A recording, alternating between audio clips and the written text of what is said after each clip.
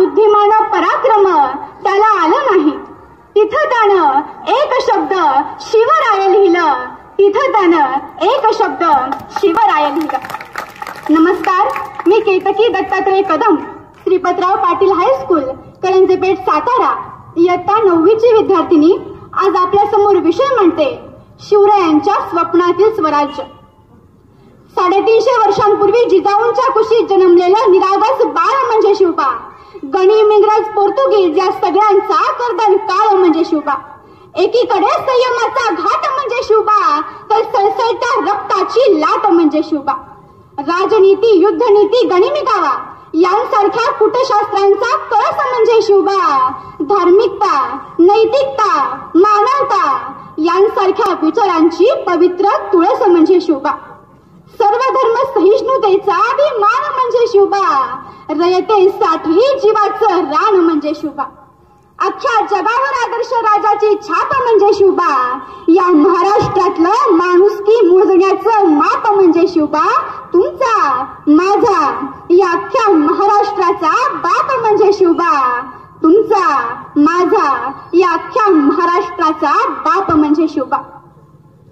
मित्रांनो, वयाच्या 16व्या वर्षी मुठभर नवऱ्यांना घेऊन रायरेश्वराच्या साक्षीनं महादेवाच्या पिंडीवर केलेलं रक्ताचा अभिषेक ते वयाच्या 44व्या वर्षी 32 मनाच्या सोनेरी सिंहासनावर विराजमान होऊन स्वतःच्या मस्तकावर केलेला स्वराज्याचा अभिषेक हा प्रवास सोपा नाहीये मित्रांनो.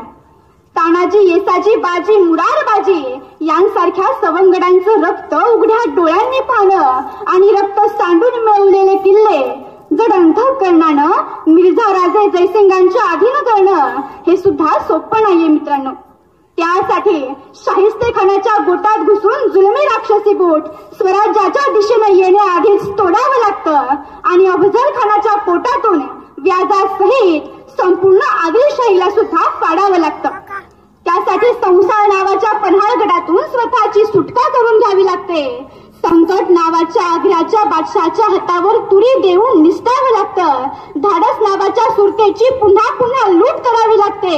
त्याग नावाच्या शिवाकाशीतला वेळेप्रसंगी गमवावं लागतं आणि राजकारण म्हणून सह्याद्रीच्या सिंहाला सुद्धा फितूर बनवावं लागतं.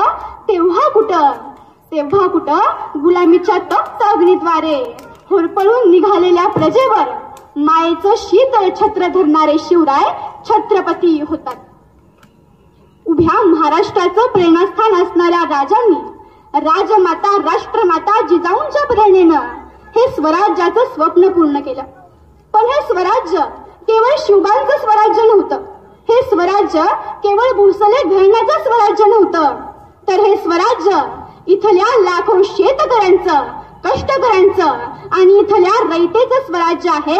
ही भावना आधी मावळ्यांच्या मनामध्ये निर्माण केली आणि भाकरीसाठी पुन्हा यवनी सत्तेची चाकरी करण्याचा इतिहास पुसला गेला आणि बाळबापड्यांच्या शिलाच्या रक्षणासाठी, त्यांच्या स्वाभिमानासाठी आणि इथल्या मातीसाठी प्राणार्पण करण्याचा एक नवा इतिहास या जाणत्या राजानं रचला. म्हणजे शेतकऱ्यांना प्रोत्साहन, स्त्रियांना संरक्षण आणि सर्व धर्मियांचा आदर ही त्यांच्या राज्य कारभाराची त्रिसूत्री होती.